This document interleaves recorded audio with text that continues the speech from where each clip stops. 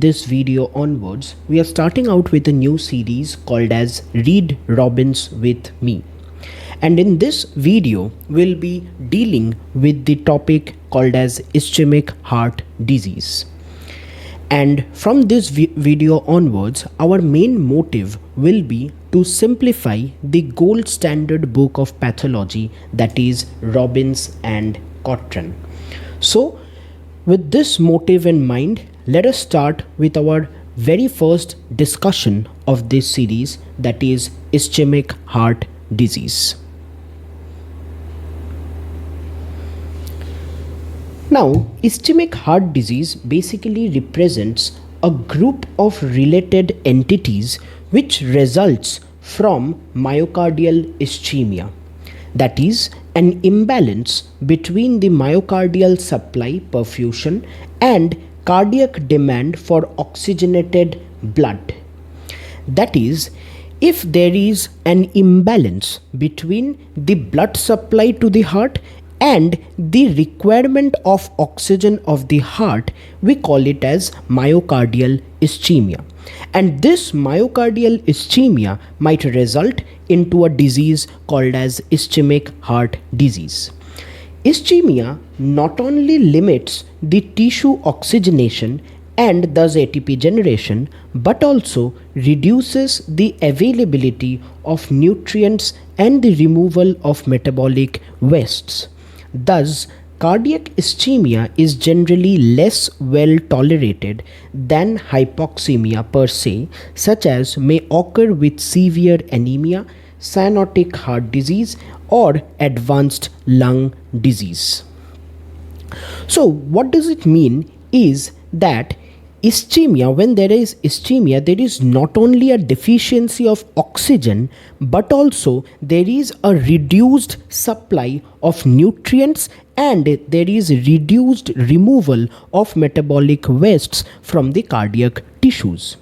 As a result, the effects of this myocardial ischemia is higher than any other kind of ischemia, which usually occurs in cases like severe anemia or maybe cyanotic heart disease or some advanced lung disease. Now, if we talk about ischemic heart disease, it not only contains a acute or a chronic ischemic heart disease, but also includes things like myocardial infarction. There are also things like angina pectoris and obviously chronic ischemic heart disease, and there may also be sudden cardiac death. Now, what is myocardial infarction? Myocardial infarction is a myocardial ischemia in which the ischemia causes frank cardiac necrosis, and as we know, necrosis is a irreversible change. Thus, myocardial infarction is basically an irreversible change. Talking about angina pectoris, which in the lame language basically means the chest pain, is a case in which ischemia is not severe enough to cause infarction, but the symptoms nevertheless portend infarction risk. Chronic ischemic heart disease with heart failure, and there may be sudden cardiac death as well. Now, what we have read till now is that ischemic heart disease includes something called as angina. Now, what is angina? It is a reversible decrease in the blood supply to the cardiac tissues.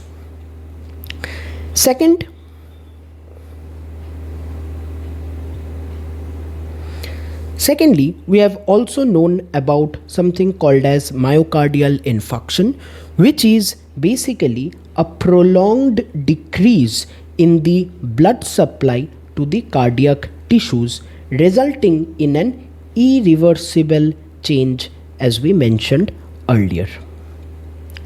Now, if we talk about the chronic ischemic heart disease, there is prolonged decrease in the blood supply, as well as there is an associated cardiac failure. That is what makes it different from the myocardial infarction. In case of myocardial infarction, there is not usually associated cardiac failure, but in case of chronic ischemic heart disease, there is an associated cardiac failure as well.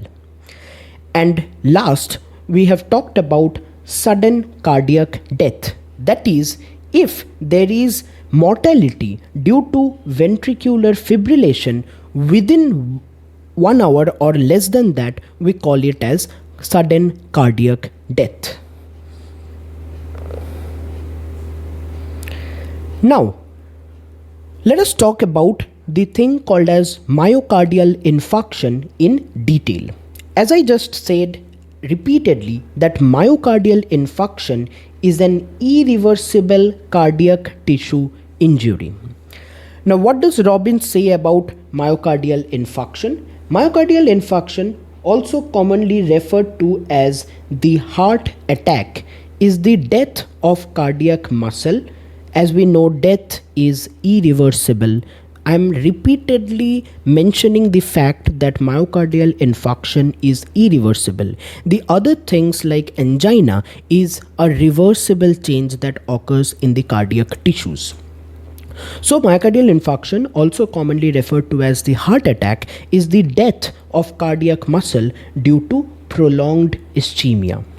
Roughly 1.5 million individuals in the United States suffer MI each year, causing approximately 610,000 deaths annually. Now, these are the data which we usually need, but the things that we need are: myocardial infarction is dependent on gender as well as age.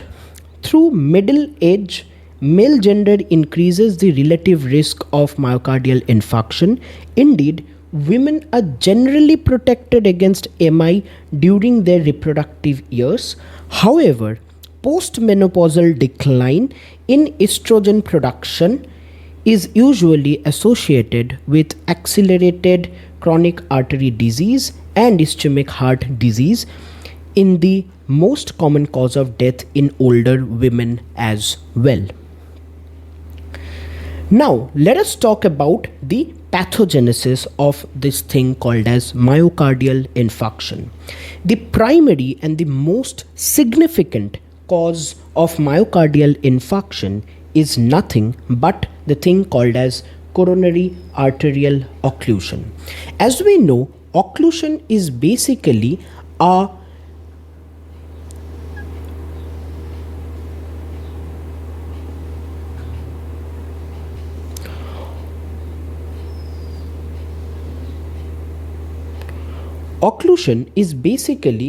a stoppage of flow of blood due to some foreign particles like thrombus, which might accumulate in the pathway of the blood flow.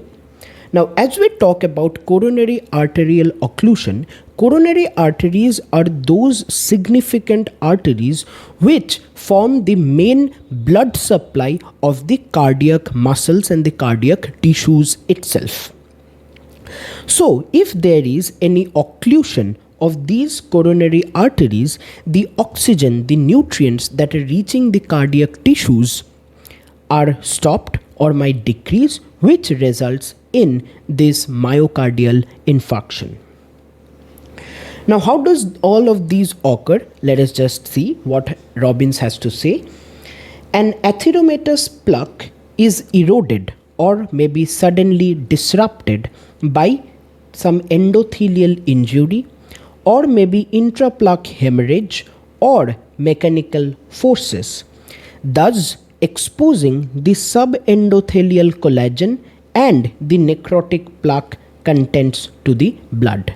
And as we know, when these subendothelial collagen is exposed to the blood, the clotting mechanism gets activated and there is increase in the clot formation.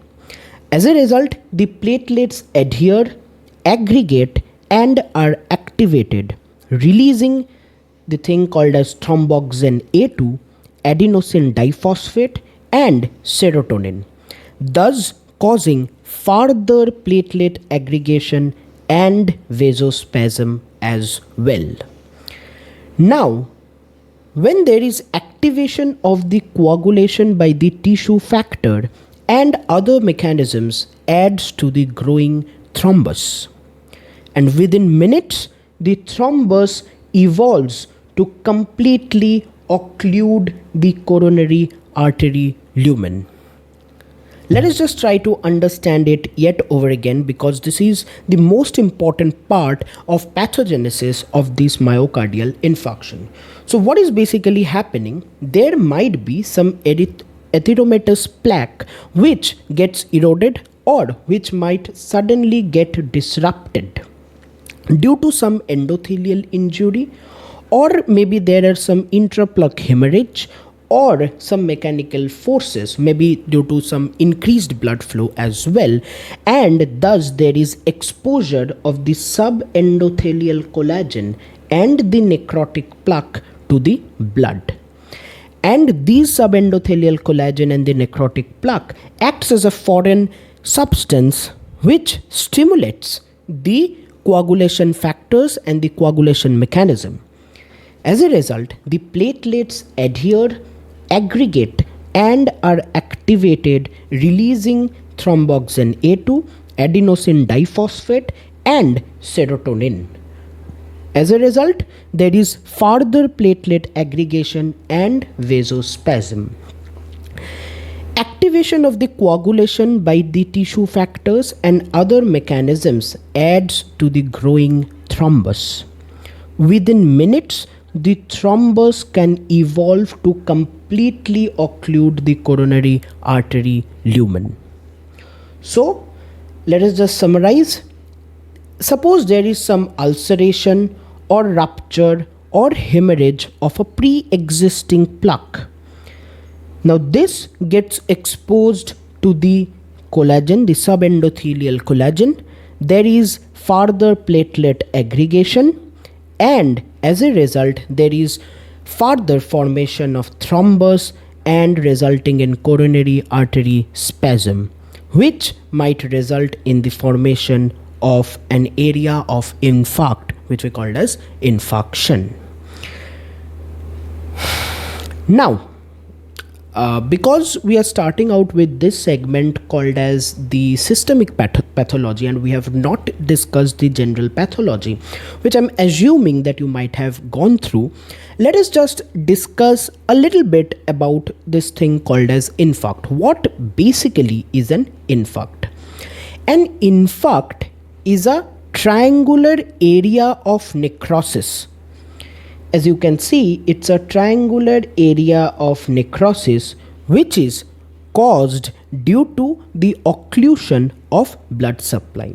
And what is the characteristic of these infarcts are the pointed edge of the infarct is always towards the site of occlusion.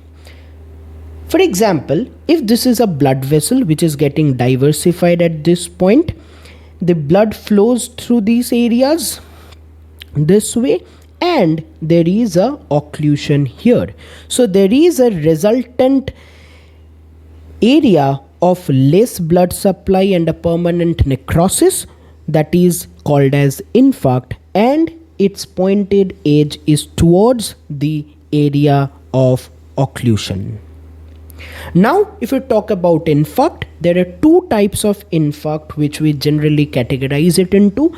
That is red infarct, and there is another thing called as the white infarct. Now, red infarct are usually seen in organs which have loose connective tissues, and there are dual blood supplies, and it usually occurs due to some sort of venous occlusion. Whereas in case of white infarct, that is occurs in organs which have got end arterial supplies and is usually caused due to arterial occlusions. And as we know that heart has an end arterial supply, so the infarct that occurs in these cases of heart like myocardial infarction is a type of white infarct.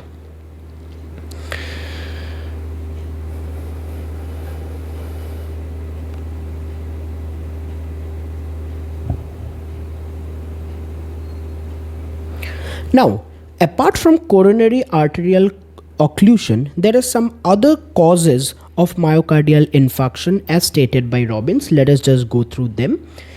One is vasospasm with or without coronary atherosclerosis, perhaps in association with platelet aggregation or due to drug ingestion. Examples, cocaine or ephedrine. Second is emboli from the left atrium in association with atrial fibrillation, a left-sided mural thrombus, vegetations of the infective endocarditis, intracardiac prosthetic material, or paradoxical emboli from the right side of the heart or the peripheral veins traversing a patent foramen oval and into the coronary arteries. And there are some uncommon causes of myocardial infarction without atherothrombosis include disorders of the small intramural coronary vessels, example vasculitis, and we'll be talking about vasculitis in details in some other videos. Hematologic abnormalities, example sickle cell disease, amyloid deposition in the vascular walls, vascular dissection, marked hypertrophy, example due to aortic stenosis, lowered systemic blood pressure, example shock, or inadequate myocardial protection during a cardiac surgery. Now, the thing that is very important to learn and understand is the tissue changes, that is the biopsy changes in case of myocardial infarction.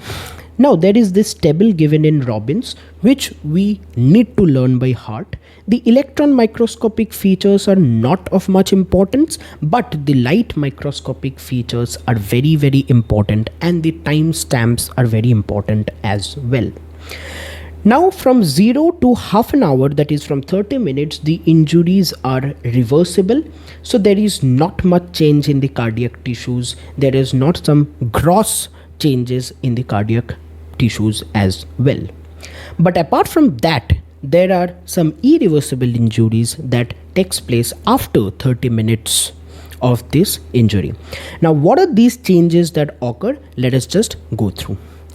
Within first 30 minutes to 4 hours, there is not much gross changes and there is not much light changes as well, but there appears some waviness of fibers at the borders, and these waviness of fibers occurs due to the starting of something called as edema, that is accumulation of fluid. Secondly, from 4 to 12 hours, we have dark mottling occasional, which causes early coagulative necrosis, edema and hemorrhage. From 12 to 24 hours, there is dark mottling grossly, and there is ongoing coagulative necrosis and pycnosis of the nuclei occur, and there is early neutrophilic infiltration which starts, and it aggravates in the next 3 days. In the next 1 to 3 days, there is coagulative necrosis, that is, the process is going towards severe irreversibility, that is, necrosis is happening with loss of nuclei and striations, and there is interstitial infiltration of neutrophils. In the next 7 days, that is between 3 days and 7 days, there is presence of dead cells which are phagocytosed by the macrophages at the infarct border.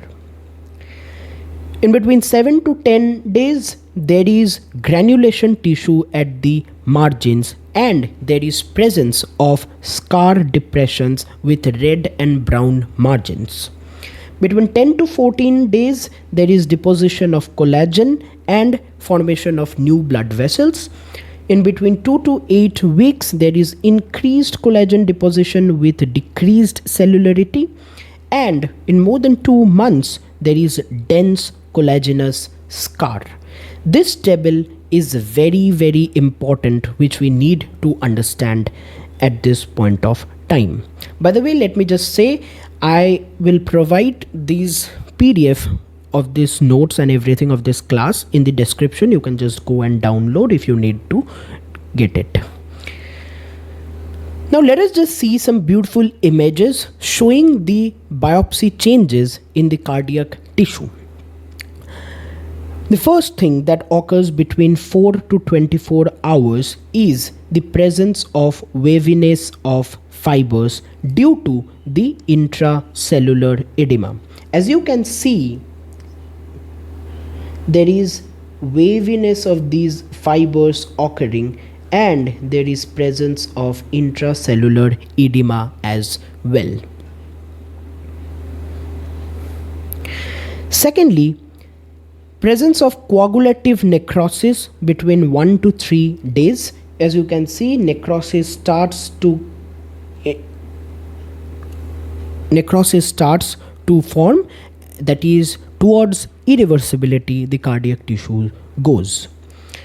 Now there is infiltration of the monocytes and macrophages between 3 to 7 days. You see, there is a hell lot of macrophages and neutrophils and monocytes that have infiltrated into the cardiac tissues.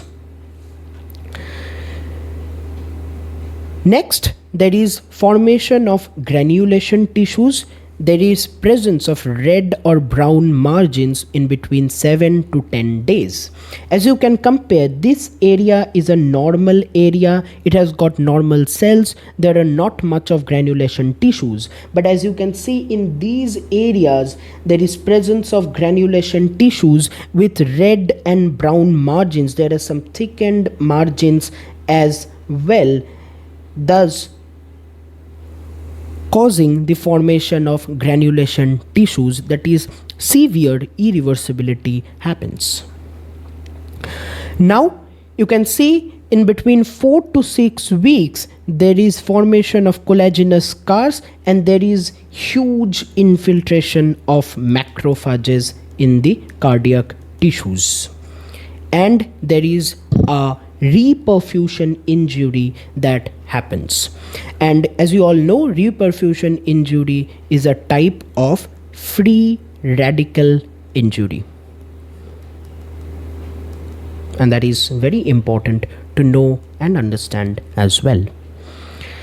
Now at the end, there are formation of contraction bands, which is basically due to calcium deposition. As you can appreciate here in the figure, there are presence of contraction bands, some irregular bands that happens in these cardiac tissues. Now with this, we come to the end of the tissue changes which happens in the cardiac tissue post myocardial infarction. Now let us get into the clinical features of myocardial infarction, and further on we will proceed towards how we can actually diagnose the myocardial infarction. MI is diagnosed by clinical symptoms, laboratory tests for the presence of myocardial proteins in the plasma, which is a very sensitive test. We actually detect the myocardial proteins. As a result, we get sure of the formation and cause of myocardial infarction. Myocardial proteins in the plasma and characteristic electrocardiograph changes. Patients with MI classically present with prolonged, that is more than 30 minutes, chest pain described as crushing, stabbing or squeezing chest pain associated with a rapid weak pulse, profuse sweating, which is also known as diaphoresis, and nausea and vomiting are common as well. And they can suggest the involvement of the posterior inferior ventricle with the secondary vagal stimulation. There might also be presence of dyspnea due to impaired contractility of the ischemic myocardium and the resultant pulmonary congestion and edema is a frequent symptom. However, in as many as 25% of the patients, the onset is entirely asymptomatic and the disease is discovered only by electrocardiographic changes or laboratory tests that show the evidence of myocardial damage. So, if we just really summarize the thing called as the clinical features of myocardial infarction, that is, the best and the most frequent symptom is something called as the chest pain. But the characteristic of this chest pain is it radiates to the inner arm, to the jaws, and maybe also to the epigastric region. And the chest pain has got a very significant characteristic which is called as the Levine sign. Levine sign is basically a clenched fist on chest sign. The patient comes to your OPD or to the emergency with a clenched fist on his or her chest that he cannot bear the chest pain, and that is known as the Levine sign. The next clinical manifestations are basically diaphoresis, increased pulse rates, dyspnea, nausea and vomiting. Now, one significant thing that we just discussed earlier that was written in Robbins as well, that 25% of the patients do not even come with a clinical manifestation. They come with maybe some other causes, and for that being done, the electrocardiography, we get to know that there is presence of some infarct areas. And this is usually seen with no chest pain is usually seen in cases of patients with diabetes mellitus and in some elderly patients as well, and that is known as silent MI, silent myocardial infarction. Now, if we just talk about, as we just discussed, that infarct usually occurs due to the occlusion of a blood vessel. And in case of myocardial infarction, as we just discussed in the pathogenesis, it occurs due to coronary arterial occlusion. In myocardial infarction, the probability of the coronary arteries being occluded are the left anterior descending artery, the right coronary artery, and the left circumflex coronary artery. This goes by, in most of the cases, the left anterior descending artery is being occluded. The frequency of right coronary artery goes next, and the left circumflex coronary artery goes the last option. Now, let us talk about the diagnosis, how we diagnose a myocardial infarction patient. Owing to the characteristic electrocardiographic changes resulting from the myocardial ischemia or necrosis in various distributions, a transmural infarct is sometimes referred to an ST elevation myocardial infarct, that is STEMI, and a subendocardial infarct as a non-ST elevation infarct, that is non-STEMI or NSTEMI. So basically, by doing electrocardiography, we differentiate the myocardial infarction, being it a STEMI infarct or maybe it a NSTEMI infarct. Depending on the extent and location of the vascular involvement, microinfarctions show non-specific changes or can even be electrocardiographically silent. The laboratory evaluation of the myocardial infarction is based on measuring the blood levels of the proteins that leak out of irreversibly damaged myocytes. Previously, this involved measurement of the MB fraction of creatine kinase. As we all know, there are three things like CK-MM, CK-MB and CK-BB. So basically, this thing called as CK-MB increases in case of myocardial infarction. Currently, the most clinically useful biomarkers of myocardial damage are the cardiac specific troponins, that is troponin T and troponin I. Proteins that normally regulate the calcium mediated contraction of the cardiac muscle. The diagnosis of myocardial injury is established when the blood levels of troponin are elevated above the threshold levels. And usually nowadays in the emergencies and the OPDs, we have this troponin test kit which we usually use to diagnose the patient of myocardial infarction. The tempo and the magnitude of the appearance of these serum markers after the myocardial infarction depends on several factors, including the volume of damaged myocardium, the blood flow, and the lymphatic drainage in the area of the infarct, and the rate of elimination of the marker from the blood. Cardiac troponins begin to rise in 2 to 4 hours and peak at 24 to 48 hours after an acute infarct. That is very early to rise, and it stays for a long time. So, and these are very specific to cardiac tissues. So we use these cardiac troponins as the markers to detect the formation of myocardial infarction. With reperfusion, the troponin levels may be higher and peak earlier owing to more rapid washout of the marker from the necrotic tissue. Significant acute elevation in the serum troponin can also be seen in other conditions that cause death of the cardiac myocytes, such as myocarditis and myocardial trauma.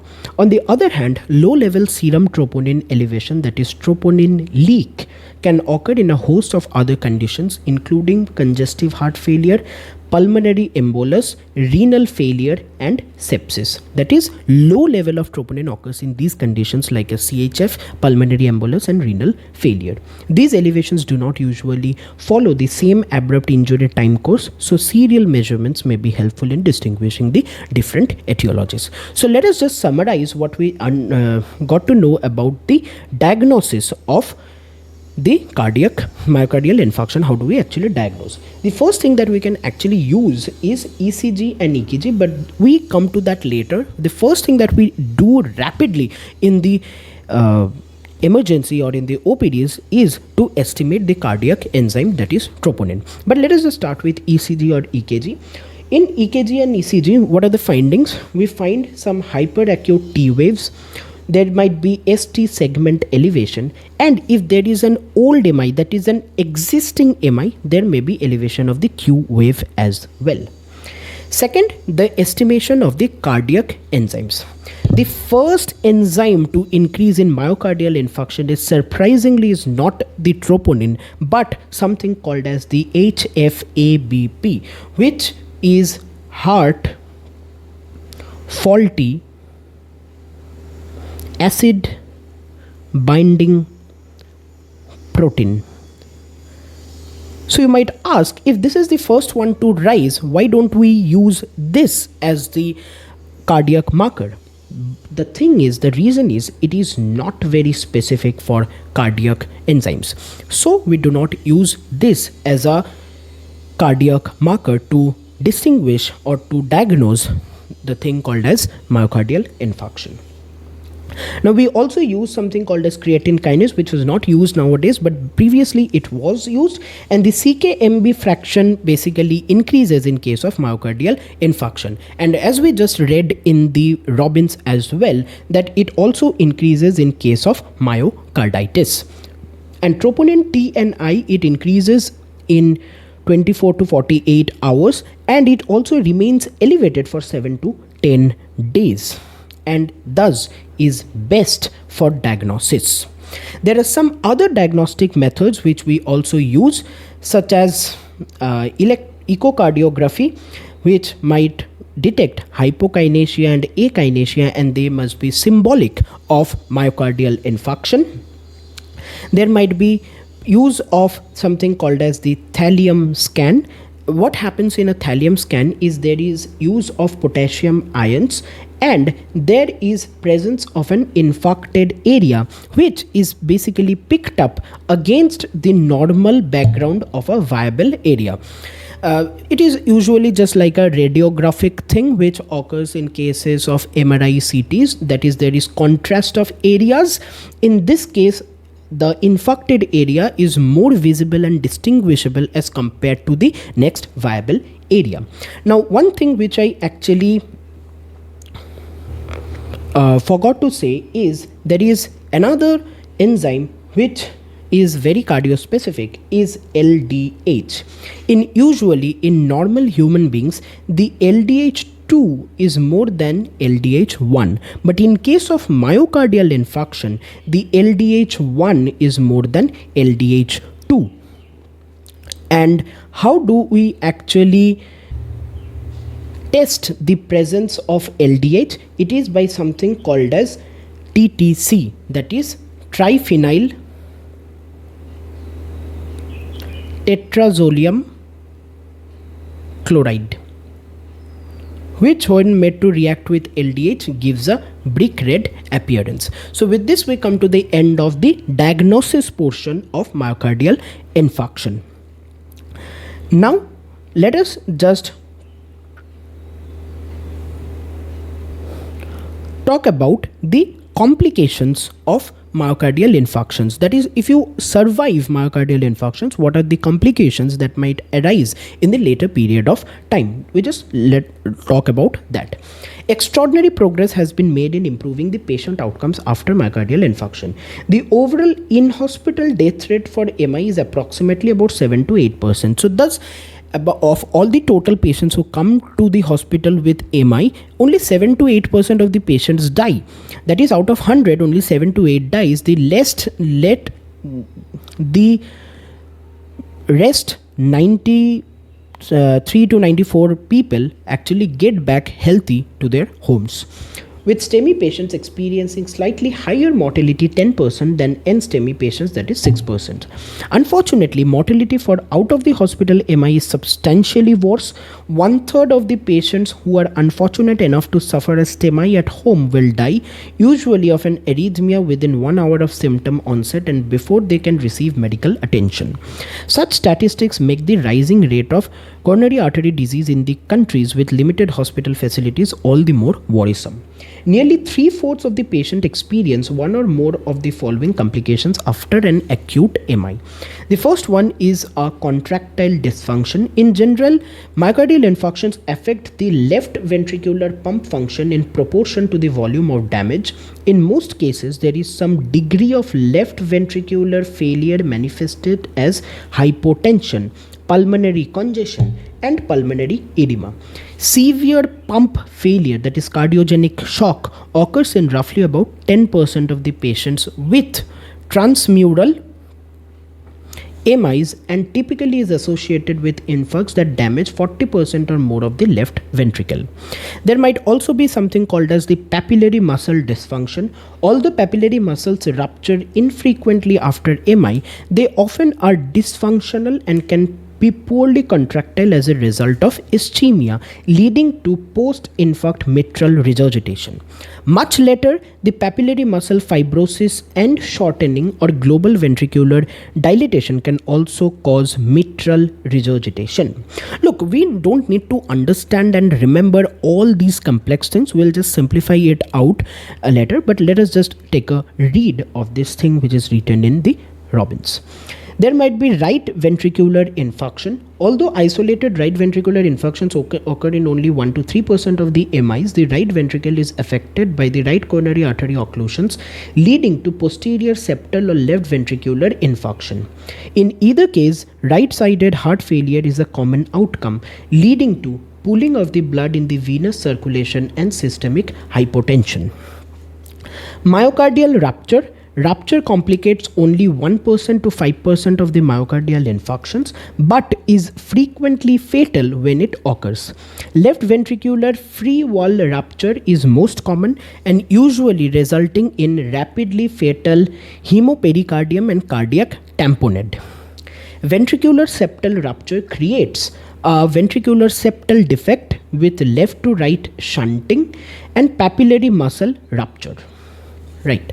And the next and very common thing that might occur is arrhythmias. MIs lead to myocardial irritability and conduction disturbances that can cause sudden death. And in most of the patients, in 90% of the patients, develop some form of rhythm disturbances. Mostly their heart rate comes down, in incidences being higher in cases of STEMIs versus NSTEMIs. MI-associated arrhythmias include heart block of variable degrees. So let us just see some other things which might occur is something called as pericarditis, that is inflammation of the pericardium, the covering against the heart. And there might be presence of chamber dilatation. A certain chamber might dilate due to weak muscular structures. There might be mural thrombus. there might be presence of progressive heart failure, which that is the myocardial infarction of the present day might lead to heart failure in the later section. And there might be ventricular aneurysm. It is a late complication, and the aneurysm of the ventricle most commonly result from a large transmural anteroseptal infarct that heals with the formation of a thinned wall of scar tissue. Ventricular aneurysms frequently give rise to the formation of mural thrombi, arrhythmias, and heart failure. They do not rupture.